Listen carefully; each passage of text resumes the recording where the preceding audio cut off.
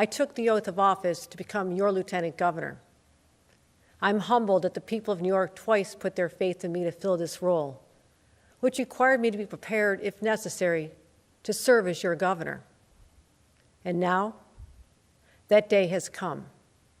At the stroke of midnight, I once again took the oath of office, creating a sacred bond of trust between me and every New Yorker. And thus, I stand here as the 57th governor of New York. But I did not get here without the courage and sacrifice of others, the courage of the early suffragettes who began the long march for equality, and the elected women who came before me, paving the way for this day.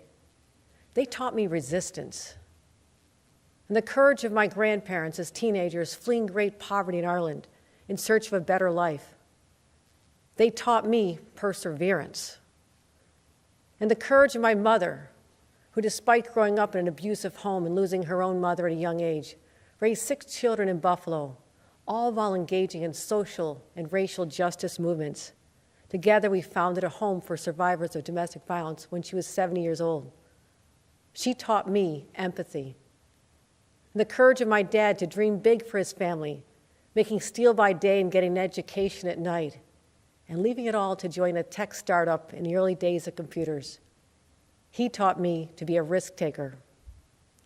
And the courage of my own family, husband Bill and children Will and Katie, to encourage me to pursue my passion for public service despite countless hours of my absence. They taught me unconditional love. I share those influences so you can understand the depth of my commitment to you. And to those New Yorkers who've yet to meet me, I say this: you may not know me, but I know you.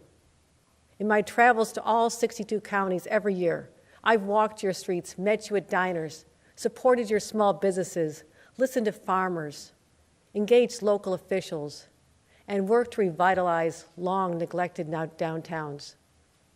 And I've listened with a broken heart to your stories of loss from opioid abuse, sadly similar to what happened to my nephew.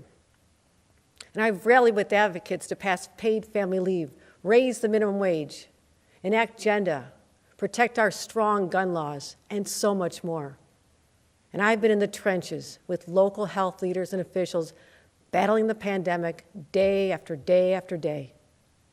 As a result of all this, I've embraced and internalized the hopes and dreams of 20 million people who share the name New Yorkers. And I want you to know you are heard. And I'm ready to get to work as your governor to solve the big problems that this state faces. Your priorities are my priorities. And right now, that means fighting the Delta variant. None of us want a rerun of last year's horrors with COVID-19. Therefore, we will take proactive steps to prevent that from happening. Priority number 1, we get children back to school and protect the environment so they can learn and everyone is safe. For months, I've been consulting with parents, elected officials, teachers, school boards, and superintendents. As a result, we need to require vaccinations for all school personnel with an option to test out weekly, at least for now. To accomplish this in New York, we need partnerships with all levels of government, and I'm working now on getting this done. New York is launching a back-to-school COVID-19 testing program to make testing for students and staff widely available and convenient.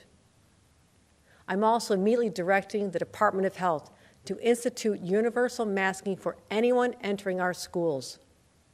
Later this week, I'll announce a series of school-related policies that will be concise and consistent, giving the school districts what they have been asking for. Which leads me to priority number 2, increase vaccination rates for New Yorkers. Now, much progress has been made, but too many are yet not vaccinated, putting themselves and their communities at risk. With the FDA's full approval of the Pfizer vaccine yesterday, New Yorkers can expect new vaccine requirements, and more on that soon.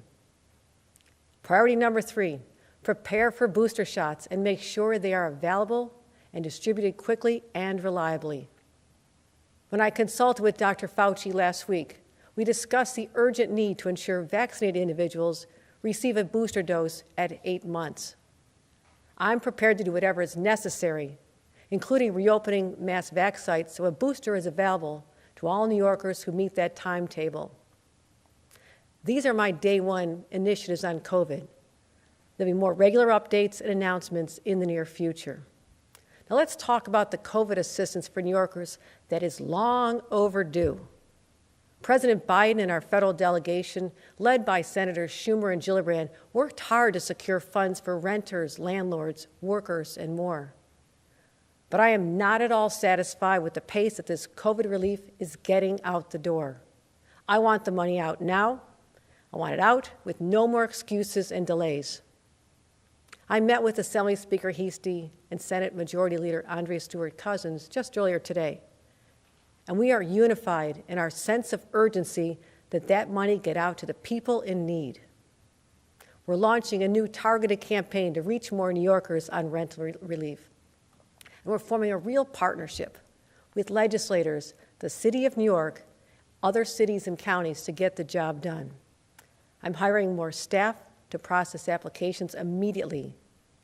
I'm also assigning a top team to identify and remove any barriers that remain. New Yorkers should know, if you apply and qualify for this money, you will be protected from eviction for a solid year. Let me repeat, if you apply and qualify, you will not be evicted for a year. And we'll take the same focused approach to our Excluded Workers Fund. The money is there, and these people are just as impacted by COVID, and they need help now. The final priorities I'll outline today are simple. Get this state working again, focused and without distractions. And that begins with a dramatic change in culture, with accountability and no tolerance for individuals who cross the line. Today, I'm directing an overhaul of state government policies on sexual harassment and ethics, starting with requiring that all training be done live, instead of allowing people to click their way through a class. And a new era of transparency will be one of my hallmarks of my administration. To me, it's very simple. We'll focus on open, ethical governing that New Yorkers will trust. I will direct state entities to review their compliance with state transparency laws and provide a public report on their findings.